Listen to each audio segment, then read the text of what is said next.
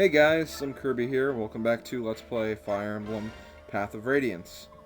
In the info conversations, we can get another new character called Largo. And no, not Largo233, just this other guy named Largo. Largo is a berserker, and he is the only berserker you can get in the game, since you don't get any brigands or pirates in this game.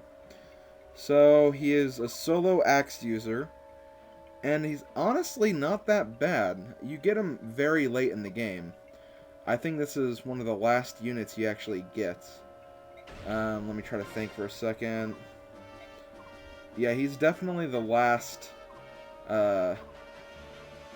Bjork unit you can get. I'll explain that. Oh wait, no, it's not. No, he's not. I forgot about someone you get in the next chapter. But besides storyline characters, he is the last one you can actually recruit. And he is actually Khalil's husband. So yeah, we have two base recruitable units in this game. I don't know if you need Khalil to actually recruit Largo, or I don't know if you need Khalil in your party or not. Probably not, but just to be safe, you might want to recruit her in addition to Largo, because I think Largo is probably the better of the two, in my opinion. This conversation just tells you a little something about the chapter. That we're going to be going up a mountain in this chapter, so he's just giving us a little information on what to look out for. Very helpful conversation, and you'll see why when we get to the chapter. This next chapter is honestly, in my opinion, probably the worst or the second worst chapter in the game. It's up there. It's up near the top. Don't know if this would be the worst chapter or if it would be the bridge, but this next chapter is a doozy. And I'll show you that later. And this other conversation is with Bastion. Two reasons I decided to share this conversation. One, because it's actually kind of funny what happens in the end. And the second reason is I forgot to talk about Bastion a little bit in the last chapter. I did mention that his growths are pretty good, but I didn't really talk about his unit. He is a sage, but he specializes in wind magic. I didn't mention that. And also, he also wields a knife, one of the stilettos. So, again, he's also a knife sage as well. So, you can't use staves with him. Same with Khalil, obviously. So, just thought I'd mention that briefly while we're still here. Conversation is pretty funny, though. Bastion does seem like the kind of guy that Ike would fall asleep when he's talking, so just kind of funny stuff. So as I mentioned, sorry about that, my throat kind of got closed up there for a minute. This next chapter takes place on a mountainside. A very, very treacherous mountainside. Treacherous because the enemy forces have taken control of the mountain, and since we're going up the mountain, we're in a bigger risk of getting assaulted and disadvantaged in this chapter, especially since the enemy has deployed boulders up around the area, so they're going to be pushing boulders down on us. And whenever a boulder hits you, it will take away 10 damage. Even if you have less than 10 HP, it'll still try to take 10 damage, so you can still die from the boulders. So keep all of your units fully healed, or at least close to being fully healed at all times. I did run into one problem in this chapter where I almost lost a unit, but thankfully I was able to recover from it, and I didn't lose the unit after all. Also, I will mention that none of the footage in this chapter is edited. Didn't do any editing whatsoever. I just showed the whole thing because I had enough space to show everything. There will be one video that is relatively short compared to the others, though. Probably video 4.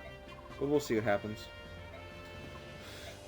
And also, since we're on a mountain range, it's kind of difficult to traverse, so some units like Paladins and Mist and even Gotri will have a little trouble ascending this mountain, so we'll be relying on units like Zahark and Nephany and Ike and Rolf and some of the magic users as well. But I was actually surprised when I started doing this chapter today, because this chapter is a lot smaller than I remembered it was. I knew it was kind of hard to traverse the mountainside, but, I mean, when you look at the map, it's not very big. There's just a few twisty paths, and then the mountain, I would say, is about maybe around 40 or 50 squares away. Not really that big. Now, in Radiant Dawn, the mountain chapter in that game, that one is long. Also not a big fan of that chapter either, but I think I probably like that one a little more than this one. Just because you don't have to worry about stupid falling rocks.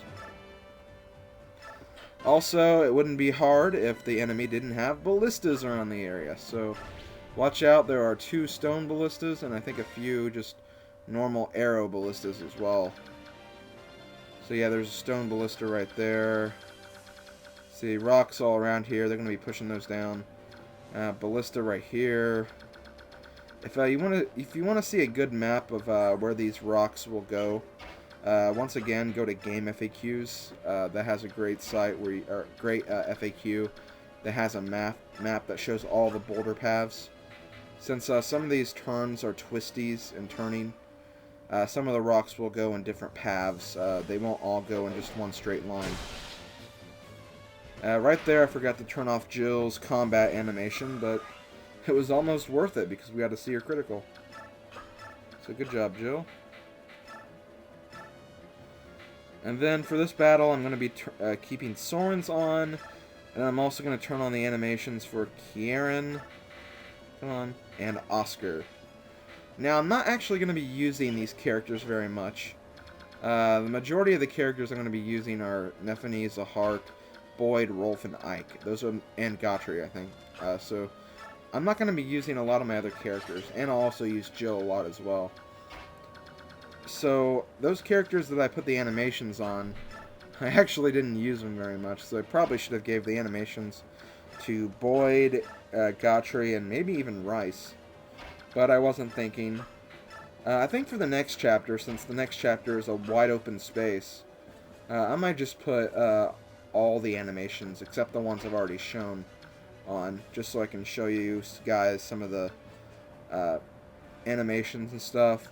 And then as I go through the chapter, as I get criticals and I show you certain characters more, I'll turn them off accordingly. So I think that'll probably work better in the long run. And right now my throat is very, very dry. I have no idea why. And hey, that rhymed.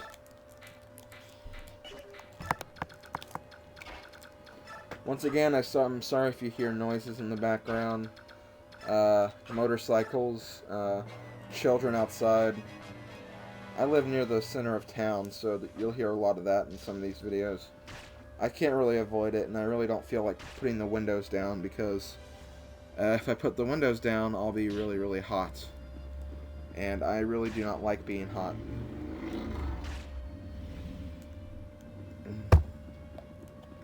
I would turn on the air conditioner, but my parents get angry at me when I do turn it on because they apparently like being hot. I won't judge them though, I guess. Kind of overlooked that right here, but no big deal. Boyd has a lot of HP, so he's not going to die that easily. Also got a kill with Jill right here. Didn't really want to, but I did anyways. One thing I'm a little concerned about, though, is I want to get Ike to level 2020, which is essentially just 20 with his promoted class. For those who don't know Fire Emblem terms, it basically means just get your first class unit to 20, promote him, and then get his second class to 20 as well. That's what a 2020 unit is. But as you can see, Ike is only at level 14. And I have to get him to level 2020 by the end of chapter 27. And this is chapter 25. And Ike already can't kill very many units, and get a lot of experience from them. So I'm going to have to start unloading bonus experience on him. And then either that or just spam them to hell on Chapter 27. I don't know. I'll do my best to try to get him to 2020 before that chapter. I have been using a lot of my bonus experience on my other units when I could have probably used it on Ike instead, but... I feel like giving my other units a little experience as well. Okay, that'll be fine. Rolf will just kill that stupid mage. Go ahead and put Ike over here.